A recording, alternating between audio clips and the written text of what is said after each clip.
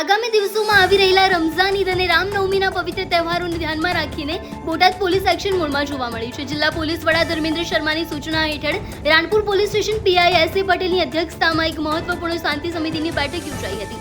આ બેઠકમાં હિન્દુ અને મુસ્લિમ સમાજના આગેવાનો મોટી સંખ્યામાં ઉપસ્થિત રહ્યા હતા. પીઆઈ પટેલે સ્પષ્ટ શબ્દોમાં જણાવ્યું છે કે બંને ધર્મના પવિત્ર તહેવારો કોમી એકતા અને ભાઈચારાના માહોલમાં ઉજવાય તો ખૂબ જરૂરી છે. તેમણે કોઈપણ પ્રકારની અફવાઓ ઉપર ધ્યાન ના આપવા, કોઈપણ શંકાસ્પદ હિલચાલ જણાય તો તુરંત પોલીસનો સંપર્ક કરવા તાકીદ કરી છે.